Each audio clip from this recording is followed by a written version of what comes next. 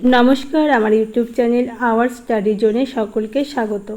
আজকে বেশ কিছু প্রশ্ন উত্তর আলোচনা করব, যেগুলো আইসিডিএস কর্মী ও সহায়িকা পদের পরীক্ষার জন্য খুবই গুরুত্বপূর্ণ। তাহলে শুরু করা যাক আজকের গুরুত্বপূর্ণ প্রশ্নগুলি। আজকের টপিক স্বাস্থ্য ও গর্ভবতী মহিলাদের অবস্থা। প্রথম প্রশ্ন রয়েছে, জন্মের পর শিশুর হৃদস্পন্দনের প্রবাহ প্রতি মিনিটে কত থাকে?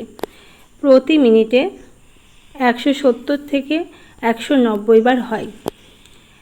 একজন প্রাপ্তবয়স্ক সুস্থ স্বাভাবিক মানুষের প্রতি মিনিটে নাড়ির স্পন্দন কত হয়? একজন প্রাপ্তবয়স্ক সুস্থ স্বাভাবিক মানুষের প্রতি মিনিটে নাড়ির স্পন্দন হয় 72 বার। জন্মের পর একটি শিশুর স্বাভাবিক ওজন কত হওয়া উচিত?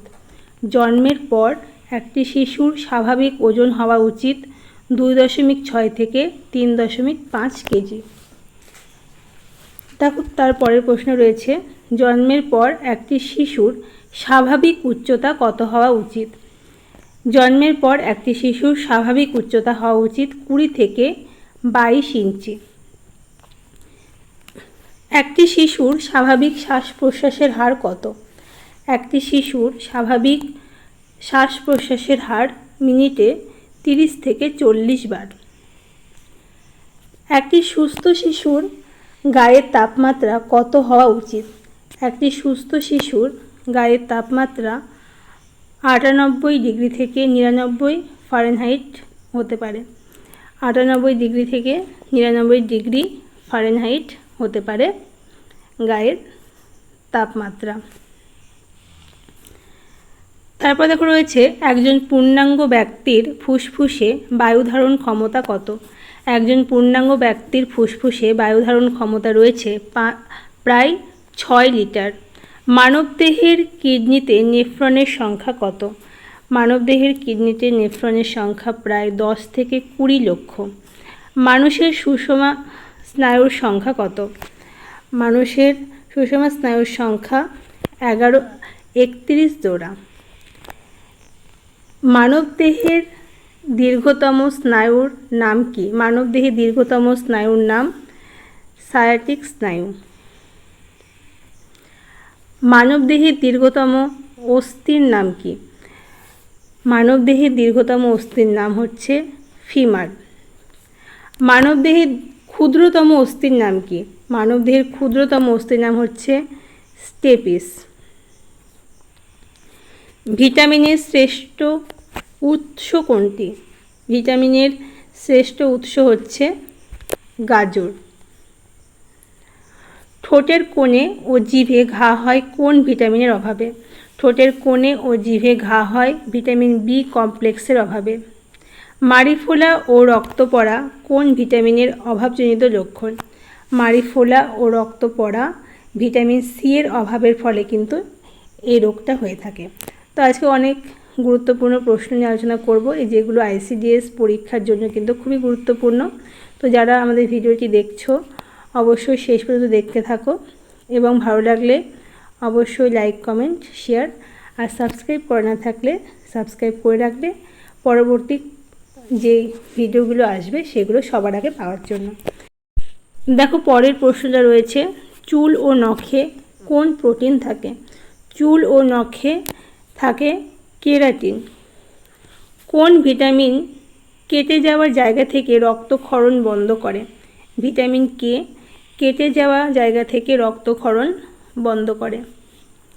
ভিটামিন সি কোন খাবারগুলি থেকে পাওয়া যায়? ভিটামিন সি লেবু, আমলকি, আনারস, আম, টমেটো ইত্যাদি থেকে কিন্তু ভিটামিন সি পাওয়া যায়।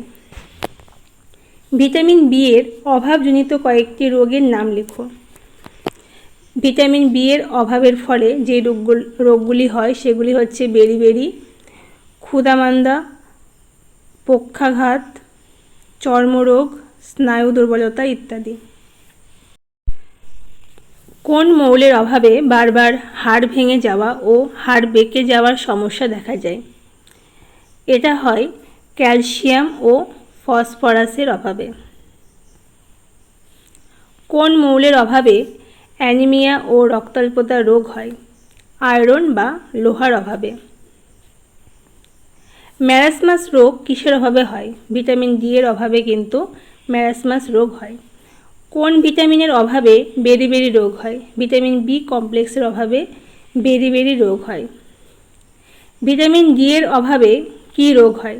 ভিটামিন ডি এর অভাবে রোগ হয় রিকেট, দাঁতে পোকা, অস্ট্রিওম্যালেসিয়া ইত্যাদি। বিএমআই এর সম্পূর্ণ রূপ কি? বিএমআই এর সম্পূর্ণ রূপ হচ্ছে বডি মাস ইনডেক্স। তারপর দেখো রয়েছে একজন স্বাভাবিক মানুষের বিএমআই কত হওয়া উচিত? 25 থেকে 30-এর মধ্যে বিএমআই হওয়া উচিত। রক্ত কি? রক্ত হলো এক প্রকার তরল যোগ কলা। রক্ত কি? রক্ত হলো এক প্রকার তরল যোগ কলা। মানুষের রক্তে কত শতাংশ জল থাকে?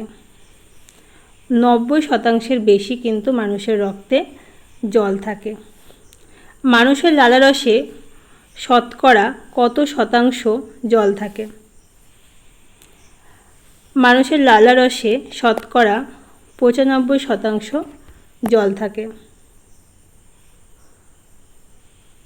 তবে দেখো রয়েছে কোন ব্লাড গ্রুপকে সর্বজনীন রক্তদাতা বলা হয়?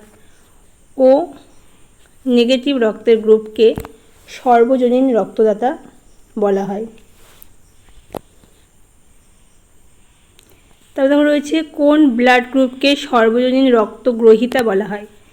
এবি রক্তের গ্রুপকে সর্বজনীন রক্তগ্রহীতা বলা হয়। তাহলে পরের প্রশ্নগুলো চলে যাব।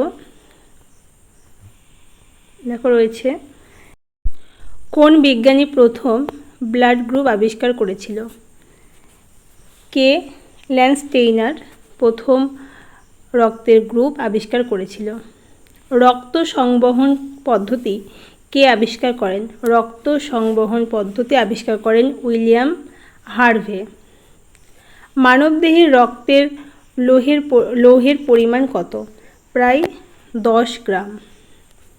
শ্বেত রক্তকণিকার গড় আয়ু কত দিন? 12 থেকে 15 দিন শ্বেত রক্তকণিকা। লোহিত রক্তকণিকার গড় আয়ু কত দিন? প্রায় 120 দিন। রক্ত শূন্যতা কাকে বলে? মানবদেহের রক্তে হিমোগ্লোবিনের পরিমাণ ও গুণগত ঘাটতির কারণে ত্বক ও মিউকাস পর্দা ফ্যাকাশে বর্ণ ধারণ করে। এই অবস্থাকে রক্ত শূন্যতা বলা হয়। তো রক্ত শূন্যতা কাকে বলে? মানবদেহের রক্তে হিমোগ্লোবিনের পরিমাণ ও গুণগত ঘাটতির কারণে ত্বক ও মিউকাস পর্দা ফ্যাকাশে বর্ণ ধারণ করে। এই অবস্থাকে রক্ত শূন্যতা বলা হয়। রক্তে হঠাৎ করে লোহিত কণিকার সংখ্যা বেড়ে গেলে কী রোগ হতে পারে? পলিসাইথিয়াম রোগ হতে পারে। কোন রক্তকণিকা মানবদেহের রক্তকে তরল রাখতে সাহায্য করে? বেসোফিল। বেসোফিল মানবদেহের রক্তকে তরল রাখতে সাহায্য করে। রক্তচাপ নিয়ন্ত্রণ করে কোন হরমোন? অ্যাড্রিনালিন হরমোন রক্তচাপ নিয়ন্ত্রণ করে। মূত্রের রং হালকা হলুদ হওয়ার কারণ কি? ইউরোক্রোম নামক রঞ্জকের উপস্থিতির কারণে প্রস্রাব হলুদ হয়। মানুষের জীবিতকালে কোন অঙ্গ কখনো বিশ্রাম পায় না? মানুষের জীবিতকালে হৃৎপিণ্ড কখনো বিশ্রাম পায় না। মানুষের জিহ্বার কোন অংশ মিষ্টি স্বাদ বুঝতে পারে? জিহ্বার অগ্রভাগ মিষ্টি স্বাদ বুঝতে পারে। দুটি প্রোটোজোয়া ঘটিত রোগের নাম লেখো। দুটি প্রোটোজোয়া ঘটিত রোগের নাম হচ্ছে ম্যালেরিয়া, আমাশয়। ব্যাকটেরিয়া জনিত দুটি রোগের নাম লেখো। ব্যাকটেরিয়া জনিত দুটি রোগের নাম হচ্ছে কলেরা এবং আন্ত্রিক। তবে দেখো রয়েছে পাখির দ্বারা সংক্রামিত হয় এমন ভাইরাসের নাম কি? পাখি দ্বারা সংক্রমিত হয় এমন ভাইরাসের নাম হচ্ছে আরবো ভাইরাস। পাখির দ্বারা বিস্তার লাভ করে এরকম একটি রোগের নাম লিখুন। পাখির দ্বারা বিশ্রাম লাভ করে এরকম একটি রোগের নাম হচ্ছে আর্নিথোসিস। যক্ষ্মা রোগের পরজীবীর নাম কি? যক্ষ্মা রোগের পরজীবীর নাম হচ্ছে মাইকোব্যাকটেরিয়াম টিউবারকুলোসিস। ধনুষ্টঙ্কার রোগের কারণ কি? বেসিলাস টিটেনি নামক ব্যাকটেরিয়ার সংক্রমণ। বেসিলাস টিটেনি নামক ব্যাকটেরিয়ার সংক্রমণ। যক্ষ্মা রোগের লক্ষণ কি কি? যক্ষ্মা রোগের লক্ষণগুলি হচ্ছে শরীর দুর্বল হওয়া, শুষ্ক কাশির মধ্যে মাঝে মাঝে রক্ত পড়া, ঘুষঘুষে জ্বর হওয়া, ওজন কমে যাওয়া। যক্ষ্মা রোগের জীবাণু মানবদেহের কোন অঙ্গকে আক্রমণ করে? ফুসফুসকে আক্রমণ করে যক্ষ্মা রোগের জীবাণু। ডিপথেরিয়া রোগের জীবাণুর নাম কি? ডিপথেরিয়া রোগের জীবাণুর নাম হচ্ছে কর্নিব্যাকটেরিয়াম ডিপথেরি। ডিপথেরিয়া রোগে দেহের কোন অংশ আক্রমণ হয়? ডিপথেরিয়া রোগে মানবদেহের গলা আক্রান্ত হয়। ডিপথেরিয়া রোগের প্রতিকারের জন্য কোন টিকা দেওয়া হয়? ডিবিটি ভ্যাকসিন বা ডিটি টিকা দেওয়া হয়। গুটি বসন্ত রোগের টিকা কে আবিষ্কার করেন? গুটি বসন্ত রোগের টিকা আবিষ্কার করেন এডওয়ার্ড জেনার। জলাতঙ্ক রোগ কিভাবে হতে পারে? জলাতঙ্ক রোগ কিভাবে হতে পারে? পাগলা কুকুর বা শিয়ালে কামড়ালে কিন্তু জলাতঙ্ক রোগ হতে পারে।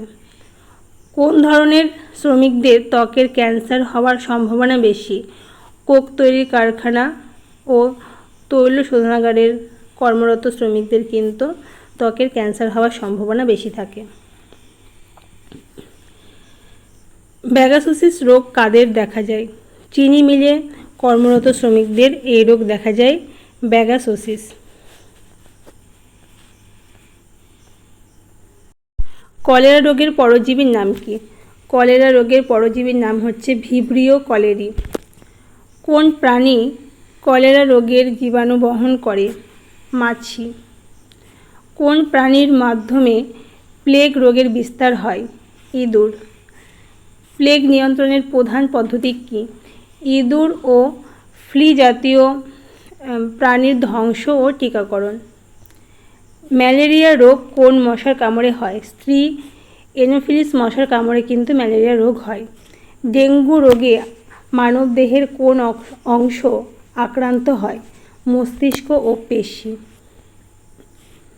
করোনা ভাইরাস মানবদেহের কোন অংশ আক্রান্ত করে? ফুসফুস। ইনফ্লুয়েঞ্জা রোগে মানবদেহের কোন অংশ আক্রান্ত হয়? ইনফ্লুয়েঞ্জা রোগে মানবদেহের ফুসফুস ও শ্বাসনালী আক্রান্ত হয়। মস্তিষ্কের কোন অংশ ভারসাম্য রক্ষার কাজ করে? লঘু মস্তিষ্ক ভারসাম্য রক্ষার কাজ করে। মধুমেহ বা ডায়াবেটিস মেলিটাস রোগের কারণ কি? ইনসুলিনের কম ক্ষরণ। গলগণ্ড বা গয়াটার রোগটি কোন হরমোনের সাথে সম্পর্কিত? এটা হচ্ছে থাইরক্সিন। মানুষের একটি লুপ্তপ্রায় অঙ্গের নাম লেখো। মানুষের একটি লুপ্তপ্রায় অঙ্গের নাম হচ্ছে অ্যাপেন্ডিক্স। মানুষের মূত্রের পিএইচ এর মান কত? পিএইচ এর মান হচ্ছে 4.5 থেকে 8। একজন প্রাপ্তবয়স্ক মানুষের দেহে রক্তের মোট পরিমাণ কত? 5 থেকে 6 লিটার। মানুষের রক্তে পিএইচ এর মান কত? 7.35 থেকে 7.45, গড় 7.40। এই ছিল আজকে কিছু গুরুত্বপূর্ণ প্রশ্ন এবং এর সাথে আমরা কিছু ছক আমরা জানব, সেটা হচ্ছে রোগের নাম এবং আক্রান্ত অঙ্গ। এই ছকটার মাধ্যমে সমস্ত যে রোগগুলো রয়েছে সেই রোগগুলির নাম জানব এবং কোন কোন আমাদের অঙ্গগুলি আক্রান্ত করে সেগুলোর কিন্তু আমরা নাম জানব। তো প্রথমে দেখো রয়েছে কোভিড-19, এটা ফুসফুসে আক্রান্ত করে। তারপরে অ্যাজমা ফুসফুসে। টিউবারকিউলোসিস ফুসফুসে আক্রান্ত হয়। তারপরে আছে ব্রঙ্কাইটিস, এটাও ফুসফুসে। তারপরে নিউমোনিয়া ফুসফুসে আক্রান্ত হয়। তারপর হচ্ছে প্লিউরাইসিস ফুসফুস। আর্থারাইটিস, এটা হাড়ের সংযোগ স্থলকে আক্রান্ত করে। তারপরে গ্লুকোমা চোখ, ট্র্যাকোমা চোখ, তারপর রয়েছে কংজাভাইটিস, এটাও কিন্তু চোখে আক্রান্ত হয়। তারপর রয়েছে ক্যাটারাক্ট, এটাও চোখে, মায়োপিয়া চোখে আক্রান্ত হয়। তারপরে রয়েছে ডায়াবেটিস আগ্নাশয় ও রক্ত, ডিপথেরিয়া গলায়, একজিমা ত্বকে, গয়াটার বা গলগণ্ড, এটাও কিন্তু গলায়। তারপর রয়েছে মেনিনজাইটিস, এটা মস্তিষ্কে, পোলিও রোগ, এটা পায়ে, পাইরিয়া দাঁত ও মাড়িতে, টাইফয়েড অন্ত্র। তারপর রয়েছে টনসিলাইটিস, এটা গলাতে আক্রমণ করে। তারপর রয়েছে সাইনোসাইটিস মুখের হাড়, লিউকোমিয়া রক্ত, রিকেট অস্থি বা হাড়। হেপাটাইটিস, এটা যকৃৎ আক্রান্ত হয়। তারপরে জন্ডিস যকৃৎ, প্যারালাইসিস স্নায়ুতন্ত্র, গ্যাস্ট্রিক পাকস্থলী। তারপরে রয়েছে আলসার, এটা পাকস্থলী, ম্যালেরিয়া প্লিহা,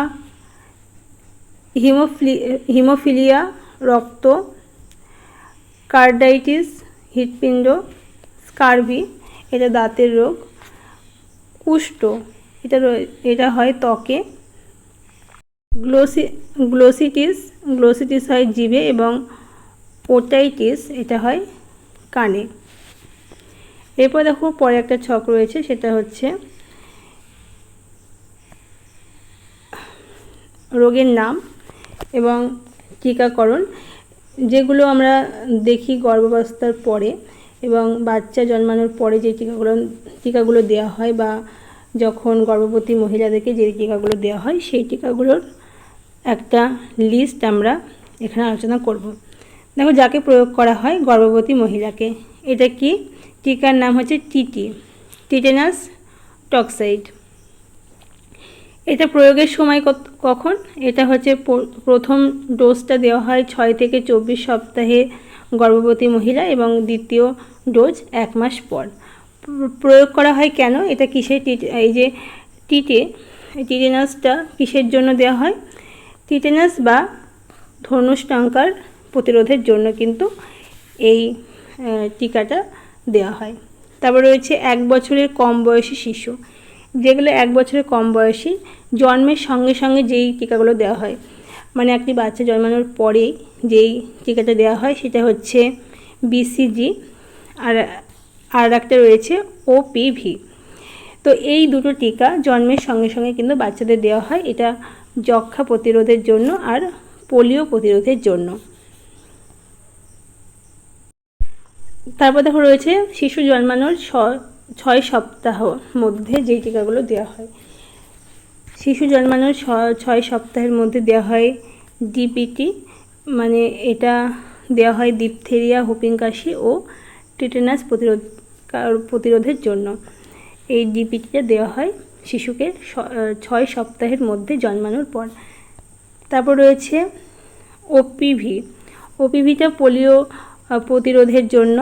ওপিভিটাও শিশুর 6 সপ্তাহের মধ্যে কিন্তু এই ডিপিটি এবং ওপিভি এই দুটো টিকা কিন্তু দেওয়া হয়। তারপর রয়েছে জন্মের পর 10 সপ্তাহ বয়সে যে টিকাটা দেওয়া হয়, এটা ছিল 6 সপ্তাহ বয়সে, আর পরেরটা হচ্ছে 10 সপ্তাহ বয়সে। এখানে দেওয়া হয় ডিপিটি আর ওপিভি। এখানে দ্বিতীয় বুস্টার ডোজ আর ওপিভিরও দ্বিতীয় ডোজটা কিন্তু দেওয়া হয় 10 সপ্তাহের মধ্যে। এটা ডিপথেরিয়া, হুপিং কাশি ও টিটেনাস প্রতিরোধের জন্য, পোলিও প্রতিরোধের জন্য। তারপরে জন্মের 14 সপ্তাহ বয়সে দেওয়া হয় ডিপিটি ওপিভি, এটা দেওয়া হয় তৃতীয় ডোজটা। এটাও ডিপথেরিয়া, হুপিং কাশি ও টিটেনাস প্রতিরোধের জন্য, পোলিও প্রতিরোধের জন্য। 9 মাস বয়সে দেওয়া হয় হাম ভ্যাকসিন আর জলবসন্ত ভ্যাকসিন। হাম ভ্যাকসিন এবং জলবসন্ত ভ্যাকসিন দেওয়া হয় 9 মাস বয়সে, হাম প্রতিরোধের জন্য এবং জলবসন্ত প্রতিরোধের জন্য। তারপর দেখো রয়েছে 1 বছরের বেশি শিশু বয়সে, মানে 1 বছরের বেশি বয়সের শিশুদের জন্য কোন কোন টিকাগুলো দেওয়া হয়। 15 মাস বয়সে যে টিকাটা দেওয়া হয় সেটা হচ্ছে MMR, এটা হাম, মামস এবং রিউবেলা প্রতিরোধের জন্য। তাই 16 থেকে 14 মাস বয়সে দেওয়া হয় ডিপিটির 4র্থ ডোজ, এটাও ডিপথিরিয়া, হুপিং কাশি ও টিটেনাস প্রতিরোধের জন্য। তারপর দেওয়া হয় OPV 4র্থ ডোজ, এটাও পোলিও প্রতিরোধের জন্য। তারপর রয়েছে 5 বছরের বেশি বয়সের শিশু, যেগুলো 5 বছরের বেশি বয়স, সেখানে 5 থেকে 6 বছর বয়সে দেওয়া হয় DT, ডিপথেরিয়া ও টিটেনাস প্রতিরোধের জন্য। তারপর দেওয়া হয় TT, এটা 10 বছর বয়সে দেওয়া হয় টিটেনাস প্রতিরোধের জন্য। তারপরে আর একটা TT, এটা 16 বছর বয়সে দেওয়া হয় টিটেনাস প্রতিরোধের জন্য। তো এইগুলো হচ্ছে একটি শিশু যখন গর্ভাবস্থায় থাকে এবং তার 16 বছর বয়স পর্যন্ত যে টিকাগুলো দেওয়া হয় সেই টিকার একটা লিস্ট। তারপর দেখো রয়েছে আর একটি ছোট্ট ছক, যেখানে পরিষেবা, টার্গেট গ্রুপ এবং পরিষেবা প্রদানকারী, মানে এই যে টিকাকরণগুলি দেওয়া হয় সেগুলো কোন কর্মীরা করে থাকে। পরিপূর্ণ পুষ্টি, যখন 6 বছরের কম বয়সী শিশু, গর্ভবতী ও স্তন্যদানকারী মা, তখন কিন্তু এই পরিষেবাগুলো দিতে থাকে অঙ্গনারী কর্মী এবং হেল্পাররা। তবে টিকাদান, 6 বছরের কম বয়সী শিশু, গর্ভবতী এবং স্তন্যদানকারী মা, এরা এই পরিষেবা দান করতে থাকে ANM এবং MO কর্মীরা। স্বাস্থ্য পরীক্ষা করতে থাকে ANM, MO, AWW কর্মীরা। রেফারেল পরিষেবা এগুলো করতে থাকে AWW, ANM, MO কর্মীরা। প্রাক স্কুল শিক্ষা, শিশু যখন 3 থেকে 6 বছর বয়স তখন এই পরিষেবাগুলির দিকে নজর দেয় AWW কর্মীরা। পুষ্টি ও স্বাস্থ্য শিক্ষা, মহিলাদের যখন 18 থেকে 45 বছর বয়স, যেমন আমাদের গ্রামে গ্রামে যে হেলথ সেন্টারগুলো থাকে সেখানে আমরা দেখতে পাই এই পরিষেবাগুলো আমাদের দিয়ে থাকে AWW, ANM এবং MO। তো আজকে এইগুলো আমাদের গুরুত্বপূর্ণ প্রশ্ন উত্তরের মধ্যে আলোচনার বিষয় ছিল, যেগুলো চেষ্টা করেছি সমস্ত বিষয়গুলো তুলে ধরা। স্বাস্থ্য ও গর্ভবতী মহিলার যে অবস্থা, যে টপিকটা আমাদের ছিল সেখান থেকে পুরো প্রশ্নগুলো, উত্তরগুলো তুলে ধরার চেষ্টা করেছি। আশা করছি তোমাদের উপকার হবে প্রশ্নগুলো পেয়ে। তো আজকে এই পর্যন্ত, দেখা হচ্ছে পরের ভিডিওতে।